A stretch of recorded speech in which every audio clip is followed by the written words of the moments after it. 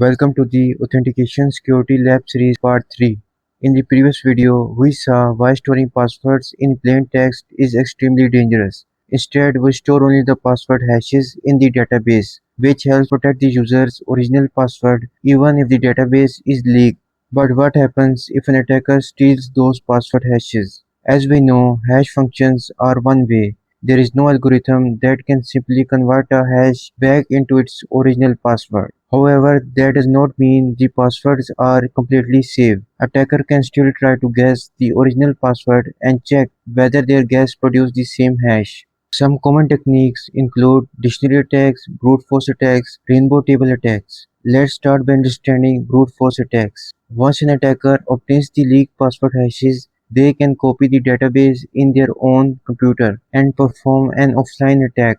Since they are no longer interacting with your server, protections like rate limiting or account lockouts do not apply. In a brute force attack, the attacker generates every possible password combination, hashes each one using the same hashing algorithm, and compare the result with the leaked hash. If the hashes matches, they have found the correct password. Modern GPUs can compute billions of hashes every second, making brute force attack very effective against short or simple passwords. However, as the password length increases, the number of possible combinations grow exponentially. This makes brute force attacks takes dramatically longer, which is why using long strong password is one of the simplest and most effective defenses. Another common technique is dictionary attacks. Instead of generating and hashing every possible password combination, the attacker uses a list of the most commonly used passwords. These password lists are often created from the previous data breaches and can contain millions of real passwords that people have actually used. The attacker hashes each one password from the list and compares it with the leaked hash. If a match is found, the attacker has successfully recovered the original password. Dictionary attacks are much faster than brute force attacks because they focus on passwords that people are most likely to choose rather than trying every possible combination. Another technique is rainbow table attack. Instead of generating password hashes during the attack, the attacker uses a pre-computed table that contains millions of password and hash pairs. These tables are created in advance and stored for quick lookups. After obtaining a leaked password hash, the attacker simply searches the rainbow table for a matching hash. If a hash is found, they can immediately determine the original password without having to compute any new hashes.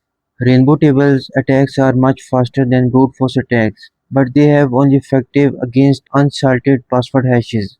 This is one of the main reasons modern password hashing algorithms use unique random salts for every user. Let's understand what salt is, how it works, and why it's so effective at protecting password hashes from rainbow table attack.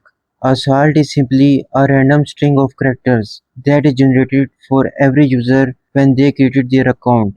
Before hashing the password, this random salt is combined with the user password. The combined value is then passed to the hashing algorithm, and the resulting hash is stored in the database along with the salt. For example, suppose two users choose the exact same password, password 123. Without salting, both users will produce the same exact hash because the input to the hashing algorithm is identical. However, with salting, each user receives a different random salt. For example, Alice might receive the salt A1B2C3 while Bob receives X9Y8G7. Now instead of hashing only password 123, the application hashes their password with the corresponding salts. Since the input are different, the resulting hashes are completely different, even though both users choose the same password. As a result, password salting makes rainbow table attacks practically ineffective. Since every user has a unique random salt, the same password no longer produces the same hash, making pre-computed rainbow table useless. We have already implemented password salting in our project on the secure auth branch. If you are using Bcrypt, you do not have to implement the salting mechanism yourself. Bcrypt automatically generates a unique random salt for every password, combines it with the password before hashing, and stores the salt as a part of the generated hash. Bcrypt extracts the salt from the stored hash and uses it automatically during the password verification. In the next videos, we will continue exploring authentication security, common attack techniques, and the best practices for building secure applications. If you found this video helpful and want to learn more about application security, make sure to subscribe to this channel.